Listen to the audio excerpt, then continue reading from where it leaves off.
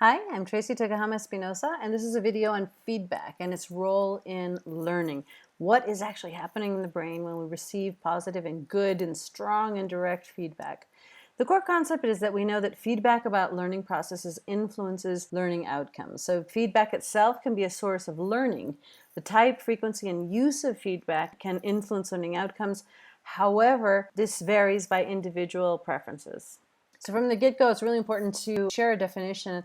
And I really am partial to the ideas that Wiggins and McTighe had about feedback serving as a continual improvement approach. We know what our objective is. We know how we're going to measure it. And basically the role of feedback is to bridge that gap. We know where we want to be. We know where we are now. Gap analysis. What do we need to get better at in order to reach those objectives? Feedback, however, is not just a unidirectional process of what a teacher does to a student. We know that to know ourselves better, we can either reflect internally and think about our own processes, or we can get feedback from the outside world. And both of these are very important in shaping who we become as learners. So there's a really key relationship here, not only in knowing ourselves, but this general development of metacognitive awareness, metacognitive skills. We know that formative evaluation and feedback, they go hand in hand. When we receive the right kind of feedback, that helps nurture our emerging metacognitive skills. And this occurs in the classroom when a teacher habitually asks students the same kinds of questions over and over again. Well, do you have all the materials you need to get started? Or what do you already know about this information? Helping them develop this kind of an internal dialogue to double check that they have everything ready, that they have really prepared themselves for the new learning that's about to come. So there's this very explicit relationship between the quality of the feedback that we give as teachers and those emerging metacognitive skills that the kids are working on. When we offer feedback, especially if it's done in a questioning form, right? This helps those students develop their own self-verbalization, this internal dialogue that they have as they face new problems in the future. So feedback, if it's done right, without any kind of harmful elements attached, it's basically trying to help them develop this internal dialogue so that they can have stronger metacognitive skills in the end. Feedback from others is really this kind of a checks and balances of our own thought processes. Well, this is where I think I'm at, but other people saw it the other way. Great, I learn more about myself when I learn about the other. When I know what you think of me, I become better in self-assessing where I'm at with new learning. This is important because it's really innate in human beings. Nobody wants to fail. Nobody refuses learning. In fact, learning is the most natural thing that your brain does, right? So it's natural to want to become better. And hearing what other people think or how they assess our performance helps us then think, okay, what would I do different the next time? How could I improve upon that? So feedback helps us compare ourselves and our actions with the expectations that are shared within the classroom setting. So it's interesting now, who should give feedback? And in many schools now, they incorporate what's called a 360 evaluation. The students are evaluated by the teacher, but the teacher's evaluated by the parents, but the parents also give feedback to the students, and the students give feedback to the administration.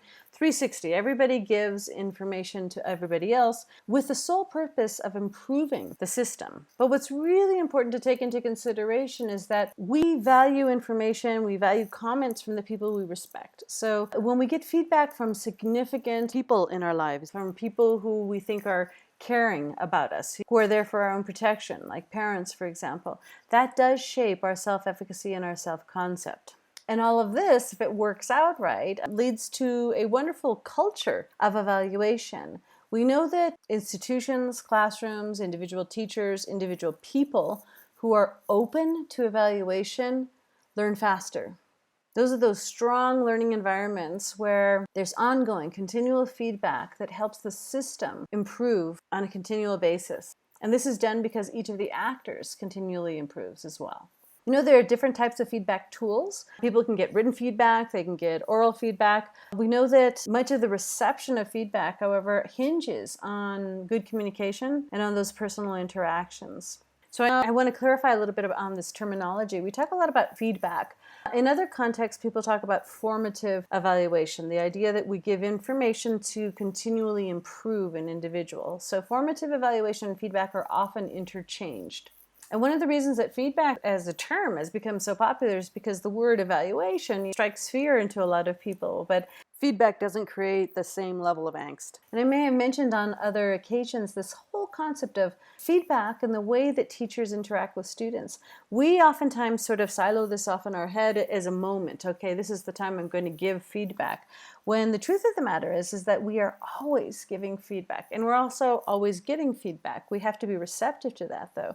There was a wonderful article by Giordano who talked about when we don't know that when we're teaching, and he measured, these small, short, seconds-long conversations that we have with students, and we're not even aware that those are teaching moments, but that level of feedback, that interaction can change an individual, for better or for worse. Students interpret just about every interaction we have as a type of feedback. And we as teachers have to understand that amazing power, but also that responsibility that comes with understanding that students are looking to us to guide their thinking processes by the way that we offer feedback. The best type of feedback quality is feedback that is regular, it's formative, it searches for mastery goals, it's sincere, and that it's embedded in part of the interaction, the natural processes that we have with students.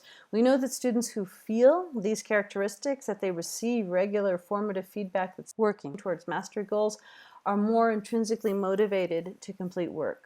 So in summary, this means that offering far more formative feedback than just emphasis on those summative goals is really beneficial to learning environments. And hopefully we all as teachers are more welcoming and have a bigger and more accepting culture of evaluation. If we all thought evaluation is a teaching tool, it should just be one more way to help us get to those learning goals with students, then we might strip away that negative connotation that evaluation often has. So to contrast a bit, we talked a little bit how feedback is very similar to formative evaluation. Then there's also these contrast of formative versus summative evaluation. It is very common in many systems around the world, many institutions, that there's a heavy weight on summative assessment, which are things like state assessments or scores or SAT type of testing, as compared with, writing an exit ticket or checking in with students as a natural part of the instructional process. It is a pity when there's way too much emphasis on summative assessment that there's real learning opportunities that are missed by doing that. Sometimes the best learning moments are just in the time when a student has received an evaluation score, and in that moment there's this aha, I know what I didn't do, now I can do it better. But then if we're doing only summative evaluation, we just sort of drop that and move on to the next topic. Whereas if we were doing formative assessment, take that as a great learning moment and progress towards that student's own personal development.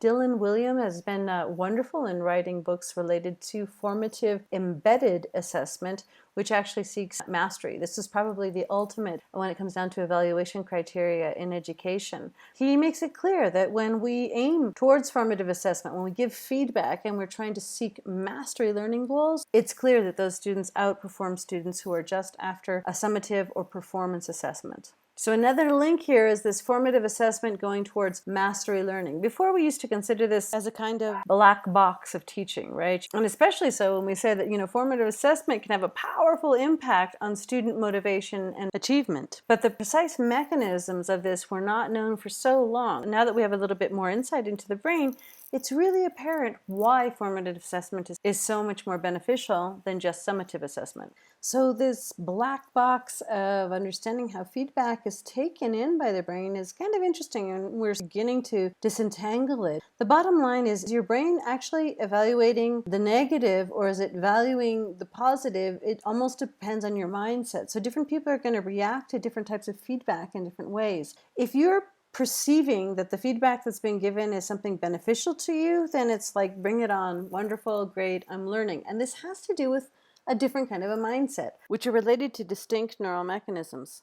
I love being evaluated because I think anybody who's evaluating me is doing it to help me be better, not to hurt me. But if you perceive a threat there, then there's this basic turnoff and you are not going to be able to focus, and you're really not going to take a lot of information in. So the way that feedback is delivered, the tone of voice, the way that the moment, the timing of when it's given makes a very big difference. Another way that we could look at this is considering Carol Dweck's work on mindsets, on people who have fixed mindsets, who don't think that they can change, who believe that they have inherited a way of being, versus people with growth mindsets.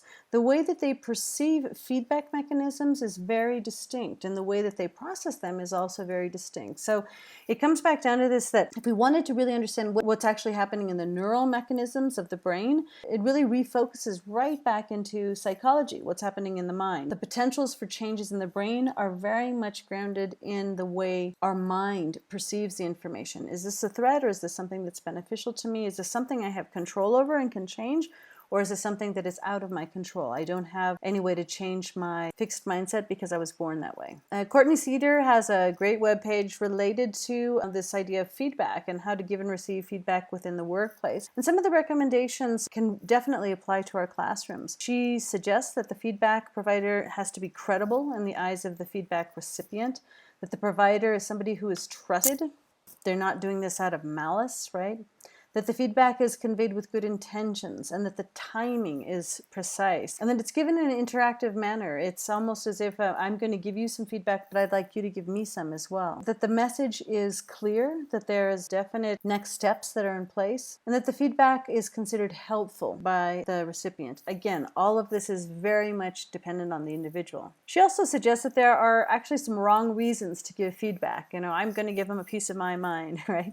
And then there's other reasons that we give feedback. If we're committed or concerned about somebody, and that we want to genuinely help the improvement, or we want to mentor that individual or support or enhance their learning, right? Those are the right reasons to give feedback.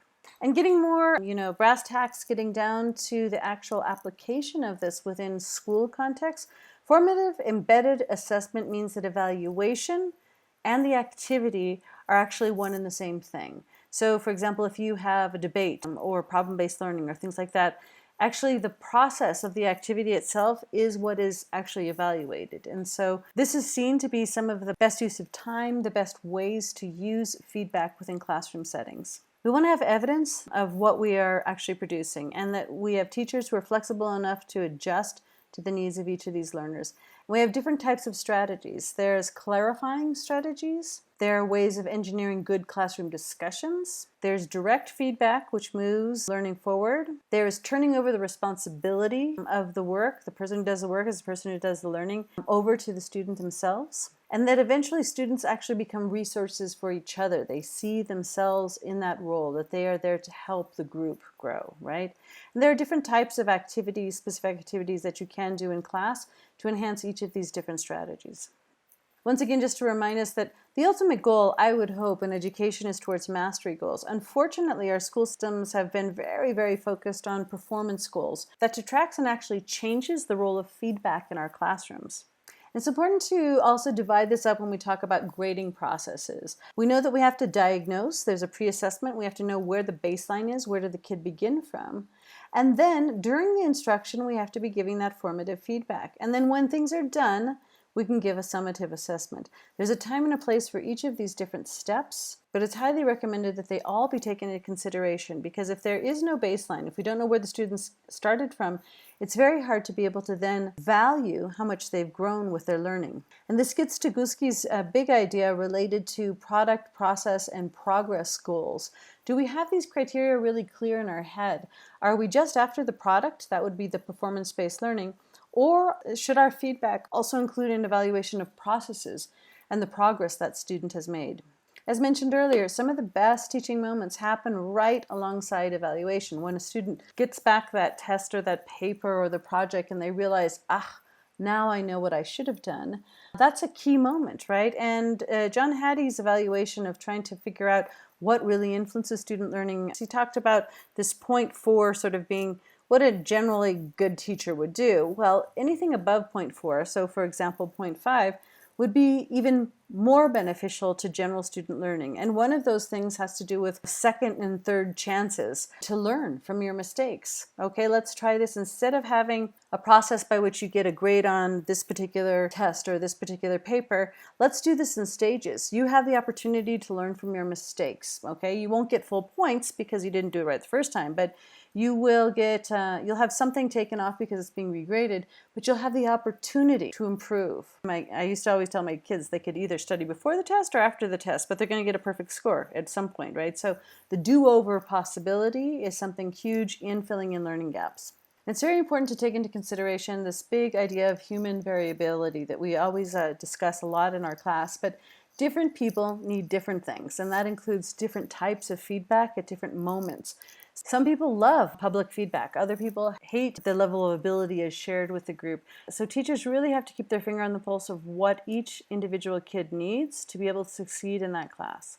Just to make one last big leap here, feedback and motivation are very closely tied. And again, this comes back to this idea, Guski's idea of product, process, and progress. If we're only going to be mentioning, how good the final product was, we might not motivate kids as much as saying, I know this isn't the grade you wanted, the product, right? This isn't the grade you wanted, but I can see you've really put a lot of time and energy into this and that you've really gathered the right information. I'm sure you're going to be able to do this in the end. Acknowledging the processes that they've done and the progress that they've made can be hugely motivating to an individual student. So a penultimate point here is about who gets and who gives feedback. Right now, most of you have presumed that what we're talking about is how teachers interact with students. One of the things that I think that we need to understand and maybe embrace, a suggestion that was made by John Hattie, is that that's kind of backwards. We should always be evaluating ourselves. Anytime a student is evaluated, that's actually an evaluation of ourselves. So how should teachers get feedback? I'd like to share a video by Bill Gates. It's a teeny bit longer than we normally have, but it's really well worth the time. Everyone needs a coach. It doesn't matter whether you're a basketball player, a tennis player, a gymnast, or a bridge player. My bridge coach, Sharon Osberg, says there are more pictures of the back of her head than anyone else's in the world. Sorry, Sharon. Here you go. We all need people who will give us feedback. That's how we improve. Unfortunately, there's one group of people who get almost no systematic feedback to help them do their jobs better. And these people have one of the most important jobs in the world. I'm talking about teachers. When Melinda and I learned how little useful feedback most teachers get, we were blown away. Until recently, over 98% of teachers just got one word of feedback: satisfactory. If all my bridge coach ever told me was that I was satisfactory, I would have no hope of ever getting better. How would I know who is the best? How would I know what I was doing differently? Today, districts are revamping the way they evaluate teachers, but we still give them almost no feedback that actually helps them improve their practice. Our teachers deserve better. The system we have today isn't fair to them. It's not fair to students, and it's putting America's global leadership at risk. So today I want to talk about how we can help all teachers get the tools for improvement they want and deserve. Let's start by asking, who's doing well? Well, unfortunately, there's no international ranking tables for teacher feedback systems. So I looked at the countries whose students perform well academically and looked at what they're doing to help their teachers improve. Consider the rankings for reading proficiency. The US isn't number one. We're not even in the top 10. We're tied for 15th with Iceland and Poland. Now, out of all the places that do better than the US in reading, how many of them have a formal system for helping teachers improve? 11 out of 14. The US is tied for 15th in reading, but we're 23rd in science and 31st in math. So there's really only one area where we're near the top, and that's in failing to give our teachers the help they need to develop their skills. Let's look at the best academic performer, the province of Shanghai, China. Now, they rank #1 across the board in reading, math, and science. And one of the keys to Shanghai's incredible success is the way they help teachers keep improving. They make sure that younger teachers get a chance to watch master teachers at work. They have weekly study groups where teachers get together and talk about what's working. They even require each teacher to observe and give feedback to their colleagues. You might ask, why is a system like this so important? It's because there's so much variation in the teaching profession. Some teachers are far more effective than others. In fact, there are teachers throughout the country who are helping their students make extraordinary gains. If today's average teacher could become as good as those teachers, our students would be blowing away the rest of the world. So we need a system that helps all our teachers be as good as the best. What would that system look like? Well, to find out, our foundation has been working with 3,000 teachers in districts across the country on a project called Measures of Effective Teaching.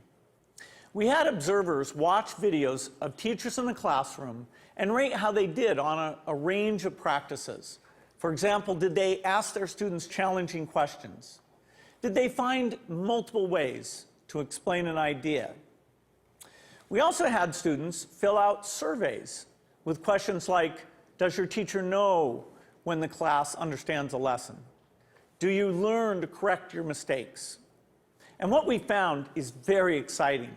First, the teachers who did well on these observations had far better student outcomes. So it tells us we're asking the right questions. And second, teachers in the program told us that these videos and these surveys from the students were very helpful diagnostic tools because they pointed to specific places where they can improve. I'm going to show you what this video component of MET looks like in action. Good morning, everybody. Let's talk about what's going on today. To get started, doing a peer review day, okay, a peer review day. And our goal by the end of class is for you to be able to determine whether or not you have moves to prove in your essays. My name is Sarah Brown-Westling. I am a high school English teacher at Johnston High School in Johnston, Iowa. Turn to somebody next to you. Tell them what you think I mean when I talk about moves to prove. I think that there is a difference for teachers between the abstract of how we see our practice and then the concrete reality of it. Okay, so I would like you to please bring up your papers. I think what video offers for us is a certain degree of reality. You can't really dispute what you see on the video. And there is a lot to be learned from that. And there's a lot of ways that we can grow as a profession when we actually get to see this. I just have a flip camera and a little tripod and invested in a tiny little wide angle lens. At the beginning of class, I just perch it in the back of the classroom. It's not a perfect shot. It doesn't catch every little thing that's going on, but I can hear the sound, I can see a lot, and I'm able to learn a lot from it. So it really has been a simple but powerful tool in my own reflection. All right, let's take a look at the long one first, okay? Once I'm finished taping, then I put it in my computer, and then I'll scan it and, take a peek at it. If I don't write things down, I don't remember them. So having the notes is part of my thinking process, and I discover what I'm seeing as I'm writing. I really have used it for my own personal growth and my own personal reflection on teaching strategy and methodology and classroom management and just all of those different facets of the classroom. I'm glad that we've actually done the process before so we can kind of compare what works, what doesn't. So I think that video exposes so much of what's intrinsic to us as teachers in ways that help us learn and help us understand and then help our broader communities understand what this complex work is really all about. I think it is a way to exemplify and illustrate things that we cannot convey in a lesson plan, things you cannot convey in a standard, things that you cannot even sometimes convey in a book of pedagogy. All righty, everybody, have a great weekend. I'll see you later.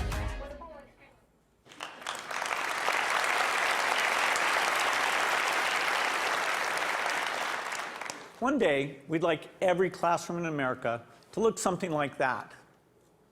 But we still have more work to do. Diagnosing areas where a teacher needs to improve is only half the battle. We also have to give them the tools they need to act on the diagnosis. If you learn that you need to improve the way you teach fractions, you should be able to watch a video of the best person in the world teaching fractions. So building this complete teacher feedback and improvement system won't be easy. For example, I know some teachers aren't immediately comfortable with the idea of a camera in the classroom. That's understandable.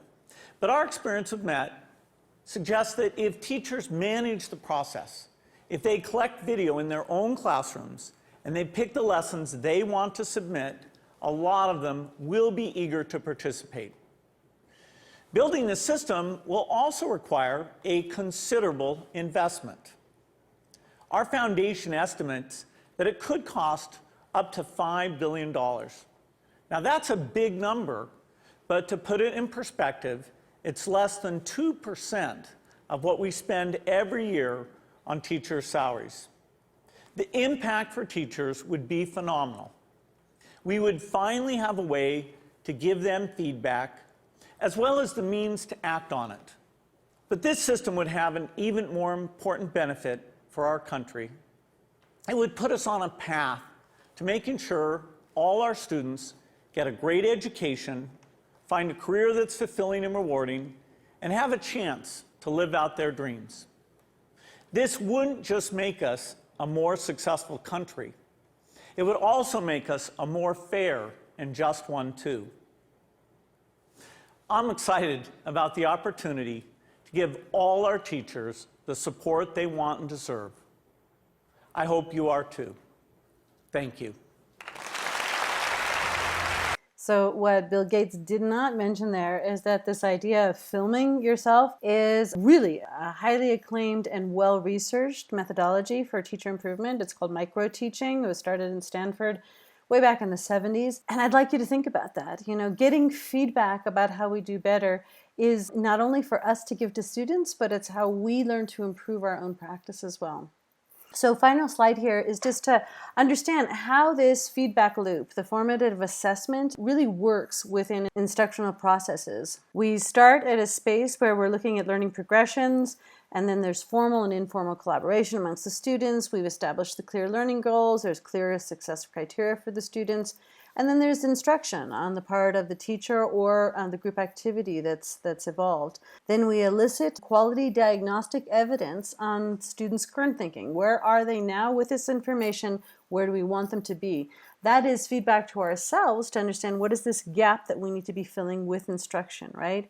We interpret that diagnostic evidence of where students are at, and then we realize, well, they already know that, so then we can just move on, and then we start with a new goal. However, if they have a gap in their understanding and what they need to do, then we have to clarify that learning gap. We have to give feedback about what they need to do to be able to reach that objective that we've established. And then we use evidence that's been provided by that interaction, by that teaching intervention, to improve our work. We can either allow them for students to then build off of their own knowledge, or we can scaffold that through ongoing instruction that we give them. And the loop continues. So the big idea here is to use feedback as an integral part of this instructional process and something that we can use to continually build students' thinking processes. So great, I'll stop here. Looking forward to all of your questions about feedback when we get together. Thanks a lot.